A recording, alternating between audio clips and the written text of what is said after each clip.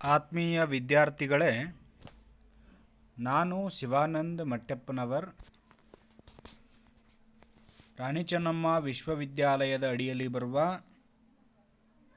BA ತೃತೀಯ semester ಹಾಗೂ BCom ವಿದ್ಯಾರ್ಥಿಗಳಿಗೆ ಅನುಕೂಲವಾಗುವ ದೃಷ್ಟಿಯಿಂದ ಸೂಚ್ಯಾಂಕದ ಲೆಕ್ಕಾಚಾರವನ್ನು ನಾವು ನೋಡೋಣ. ಅದರಲ್ಲಿ ಸರಳ ಸೂಚ್ಯಾಂಕದ ರಚನೆ, ಅನುಭೋಗಿ ಬೆಲೆ ಸೂಚ್ಯಾಂಕದ ರಚನೆ ಬಗ್ಗೆ ಚರ್ಚೆ ಮಾಡೋಣ. ಅದರಲ್ಲಿ BCom 6 ಸೆಮೆಸ್ಟರ್ ವಿದ್ಯಾರ್ಥಿಗಳಿಗೆ ಕನ್ಸ್ಯೂಮರ್ ಪ್ರೈಸ್ ಇಂಡೆಕ್ಸ್ ಅಂತ ಬರುತ್ತೆ. ಅದರ ಬಗ್ಗೆ ಚರ್ಚೆ ಮಾಡ್ತಾ ಹೋಗೋಣ. ಮೊದಲಿಗೆ ಸರಳ ಸೂಚ್ಯಾಂಕ ಅಂತಂದರೆ ಸೂಚ್ಯಾಂಕಗಳ ರಚನೆಯಲ್ಲಿ ಅತ್ಯಂತ ಸರಳವಾದ ವಿಧಾನ ಆಗಿರುತ್ತೆ. ಸರಳ ಸೂಚ್ಯಾಂಕ ಅನ್ನಲಿಕ್ಕೆ ಕಾರಣ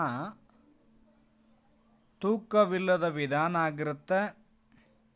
ಆ ಕಾರಣ ಇದನ್ನು ಸರಳ ಸೂಚ್ಯಾಂಕ ಅಂತ ಕರಿತೀವಿ. ಇಲ್ಲಿ ತೂಕವನ್ನು ಕೊಟ್ಟಿರೋದಿಲ್ಲ, ಅದನ್ನು ಸರಳ ಸೂಚ್ಯಾಂಕ ಅಂತ ಕರಿತೀವಿ. ಇನ್ನು ಸೂಚ್ಯಾಂಕ ಅಂತಂದರೆ ಸಾಮಾನ್ಯ ಬೆಲೆಗಳ ಮಟ್ಟದಲ್ಲಿನ ಬದಲಾವಣೆಗಳನ್ನು ತಿಳಿಯಲು ಬಳಸುವ ಒಂದು ಸಾಂಖ್ಯಿಕ ಸಾಧನವನ್ನು ಸೂಚ್ಯಾಂಕ ಅಂತ ಕರಿತೀವಿ. ಅಂದರೆ ಸಾಮಾನ್ಯ ಬೆಲೆಗಳ ಮಟ್ಟದಲ್ಲಿನ ಬದಲಾವಣೆಯನ್ನು ತಿಳಿಯಲು ಬಳಸುವ ಒಂದು ಸಾಂಖ್ಯಿಕ ಸಾಧನವನ್ನು ಸೂಚ್ಯಾಂಕ ಅಂತ ಕರಿತೀವಿ. ಇನ್ನೊಂದು ರೀತಿ ಹೇಳೋದಾದರೆ, ಯಾವುದೇ ಒಂದು ನಿರ್ದಿಷ್ಟ ಕಾಲದಲ್ಲಿದ್ದ ಬೆಲೆ, ಕೂಲಿ ಮೊದಲಾದವುಗಳನ್ನು ಆಧಾರವಾಗಿಟ್ಕೊಂಡು ಇತರ ಕಾಲಗಳಲ್ಲಿ ಚಾಲ್ತಿ ಇರತಕ್ಕಂತಹ ಬೆಲೆ, ಕೂಲಿ ಮೊದಲಾದವುಗಳನ್ನು ಸೂಚಿಸುವ ಸಂಖ್ಯೆ ಅಂತ ಕರಿತೀವಿ. ಯಾವುದೇ ಒಂದು ನಿರ್ದಿಷ್ಟ ಕಾಲದಲ್ಲಿದ್ದ ಬೆಲೆ, ಕೂಲಿ ಮೊದಲಾದವುಗಳನ್ನು ಆಧಾರವಾಗಿಟ್ಟುಕೊಂಡು ಇತರ ಕಾಲಗಳಲ್ಲಿ ಚಾಲ್ತಿ ಇರುವ ಬೆಲೆ, ಕೂಲಿ ಮೊದಲಾದವುಗಳನ್ನು ಸೂಚಿಸ್ತಕ್ಕಂಥದ್ದನ್ನು ಸಹ ಸೂಚ್ಯಾಂಕ ಅಂತ ಕರಿತೀವಿ. ಇನ್ನು ಅನುಭೋಗಿ ಬೆಲೆ ಸೂಚ್ಯಾಂಕ ಎಂದರೇನು? ಈ ಕೆಳಗಿನ ಮಾಹಿತಿಯನ್ನು ಆಧರಿಸಿ ಗ್ರಾಹಕರ ಬೆಲೆ ಸೂಚ್ಯಾಂಕವನ್ನು ಕಂಡುಹಿಡಿಯಿರಿ ಅಂತೇಳಿ 15 ಅಂಕದ ಪ್ರಶ್ನೆಯಾಗಿ ಕೇಳ್ತಾರೆ. ಇಲ್ಲಿ ಸರಕುಗಳನ್ನು ಕೊಟ್ಟಿದ್ದಾರೆ. ಗೋಧಿ, ಅಕ್ಕಿ, ಮನೆ ಬಾಡಿಗೆ, ಇಂಧನ, ಬಟ್ಟೆ ಈ ರೀತಿ ಕೊಟ್ಟಿರ್ತಾರೆ. ಆಮೇಲೆ ಮೂಲ ವರ್ಷ 2016ರ ಬೆಲೆಗಳು, ಮೂಲ ವರ್ಷ, ಆಧಾರ ವರ್ಷ, ಇದಕ್ಕೆ ಹೋಲಿಕೆ ಮಾಡಿ ನೋಡಿದಾಗ ಇದು ಹಿಂದಿನ ವರ್ಷ ಇರುತ್ತೆ. ಇದನ್ನು ಕೊಟ್ಟಿರ್ತಾರೆ ಪ್ರಶ್ನೆ ಪತ್ರಿಕೆಯಲ್ಲಿ. 10, 10, 500, 150, 25 ಅಂತ ಕೊಟ್ಟಿದ್ದಾರೆ. ಇನ್ನು ಚಾಲ್ತಿ ವರ್ಷ, ಪ್ರಸ್ತುತ ವರ್ಷದ ಬೆಲೆಗಳನ್ನು ಕೊಟ್ಟಿದ್ದಾರೆ. ಇದಕ್ಕೆ ಹೋಲಿಕೆ ಮಾಡಿ ನೋಡಿದಾಗ ಈ ವರ್ಷ ಮುಂದಿನ ವರ್ಷ ಆಗಿರುತ್ತೆ. ಇಲ್ಲಿ 25, 30, 1500, 450, 50 ಅಂತ ಕೊಟ್ಟಿದ್ದಾರೆ. ನಾವಿಲ್ಲಿ ಸರಳ ಸೂಚ್ಯಾಂಕ ಮತ್ತು ತೂಕಾಂಕ ಸೂಚ್ಯಾಂಕ ಅಂತ ಬರುತ್ತೆ. ನಾವು ಸರಳ ಸೂಚ್ಯಾಂಕ ಅಂತ ಅರ್ಥ ಮಾಡ್ಕೊಳ್ಳೋದು ಹೇಗಪ್ಪ ಅಂತಂದರೆ, ಇಲ್ಲಿ ತೂಕವನ್ನು ಕೊಟ್ಟಿರದೇ ಇದ್ದರೆ ಅದನ್ನು ನಾವು ಸರಳ ಸೂಚ್ಯಾಂಕ ಅಂತ ತಿಳ್ಕೊಬೇಕು. ಇದನ್ನು ಯಾವ ರೀತಿ ಬಿಡಿಸ್ಬೇಕು ಅನ್ನೋದನ್ನು ಮೊದಲಿಗೆ ನೋಡೋಣ. ಮೊದಲಿಗೆ ಅನುಭೋಗಿ ಅಥವಾ ಗ್ರಾಹಕ ಬೆಲೆ ಸೂಚ್ಯಾಂಕ ಎಂದರೆ ಹಣದ ಮೌಲ್ಯದಲ್ಲಾಗುವ ಬದಲಾವಣೆಯಿಂದ ಅನುಭೋಗಿಗಳ ಜೀವನ ವೆಚ್ಚ ಹೇಗೆ ಬದಲಾಗುತ್ತದೆ ಎಂಬುದನ್ನು ತಿಳಿಸುವ ಸೂಚಿ ಸಂಖ್ಯೆಯನ್ನು ಅನುಭೋಗಿ ಬೆಲೆ ಸೂಚ್ಯಾಂಕ ಅಂತ ಕರಿತೀವಿ.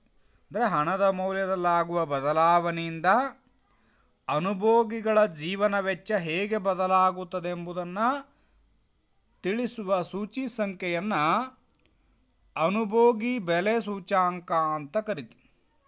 ಅಂದರೆ ಅರ್ಥ, ಅನುಭೋಗಿ ಸರಕುಗಳ ಬೆಲೆಗಳಲ್ಲಿನ ಬದಲಾವಣೆಯು ಅಂತಿಮವಾಗಿ ಅನುಭೋಗಿಗಳ ಮೇಲೆ ಬೀರುವ ಪರಿಣಾಮಗಳನ್ನು ಅಂದಾಜು ಮಾಡುವ ಉದ್ದೇಶವನ್ನು ಅನುಭೋಗಿ ಬೆಲೆ ಸೂಚ್ಯಾಂಕ ಹೊಂದಿರುತ್ತೆ.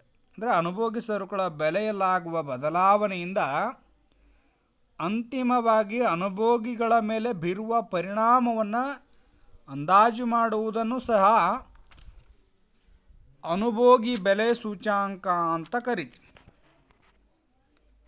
ಇನ್ನು ಕೊಟ್ಟಿರುವ ಪ್ರಶ್ನೆಯನ್ನು ಆಧರಿಸಿ ಲೆಕ್ಕಾಚಾರವನ್ನು ಮಾಡೋಣ.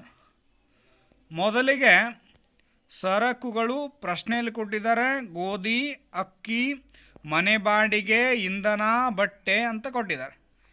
ಹೀಗಾಗಿ ಎನ್ ಅಂತಂದರೆ ಸರಕುಗಳ ಸಂಖ್ಯೆ ಎಷ್ಟಿದಾವಲ್ಲ ಅವುಗಳನ್ನು ಲೆಕ್ಕಾಚಾರ ಮಾಡಿ ಬರೆಯೋದು. 1 2 3 4 5 ಅಂತಿದೆ. ಹೀಗಾಗಿ ಎನ್ ಅಂತಂದರೆ 5.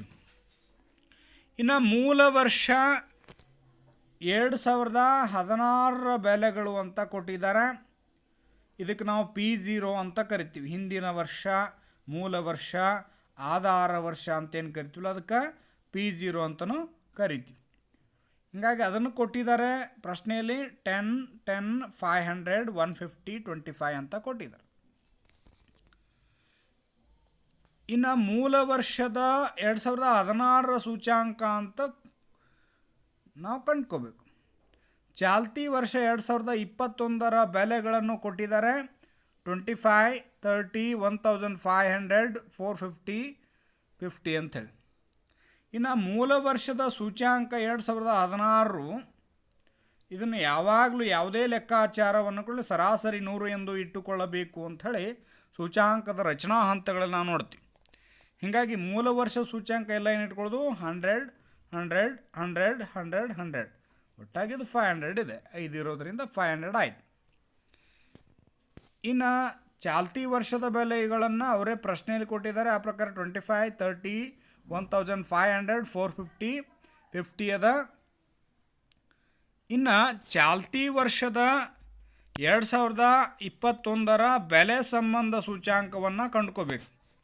ಇನ್ನು ಸೂಚ್ಯಾಂಕದ ಸೂತ್ರ I = the P1 / P0 × 100. ಚಾಲ್ತಿ ವರ್ಷದ ಬೆಲೆ ಪ್ರಸ್ತುತ ವರ್ಷದ ಬೆಲೆಗೆ ನಾವೇನಂತ ಕರಿತೀವಿ? P1 ಅಂತ ಕರಿತೀವಿ. ಆಧಾರ ವರ್ಷ, ಮೂಲ ವರ್ಷ, ಹಿಂದಿನ ವರ್ಷದ ಬೆಲೆಗೆ P0 ಅಂತ ಕರಿತೀವಿ. ಹೀಗಾಗಿ P1 / P0 × 100 ಅಂತ ಮಾಡ್ಕೋಬೇಕು. ಹೀಗಾಗಿ P1 ಬೆಲೆ ಎಷ್ಟದ? 25 ಇದೆ, 25 ಇಟ್ಕೊಂಡ್ವಿ. P0 ಬೆಲೆ ಎಷ್ಟದ? 10 ಅದ, 10 ಇಟ್ಕೊಂಡ್ವಿ. ಹೌದಾ? ಹೀಗಾಗಿ ಇಲ್ಲಿ 10 1 10 2 25 ಉಳಿತು. ಆಮೇಲೆ ಪಾಯಿಂಟ್ ತೊಗೊಂಡ್ವಿ, 2.5 ಆಯಿತು, 50 ಆಯಿತು. ಹೀಗಾಗಿ 2.5 × 100 250 ಆಯಿತು. ಇನ್ನು 30 P1 ಎಷ್ಟದ? 30 ಅದ. P0 ಎಷ್ಟದ? 10 ಅದ. 30 / 10 10 1 10 3 ಬಂತು. 3 × 100 300 ಬಂತು. ಇನ್ನು P1 ಬೆಲೆ ಎಷ್ಟದ? ಇಲ್ಲಿ 1500 ಅದ. ಆಮೇಲೆ P0 ಬೆಲೆ ಎಷ್ಟದ? 500 ಅದ. ಹೀಗಾಗಿ 500 1 500 3 1500. ಹೀಗಾಗಿ 3 ಬಂತು. 3 × 100 300 ಬಂತು. ಈ ರೀತಿ ಲೆಕ್ಕಾಚಾರವನ್ನು ಕ್ಯಾಲ್ಸಿಯಲ್ಲಿ ಮಾಡ್ಬೋದು.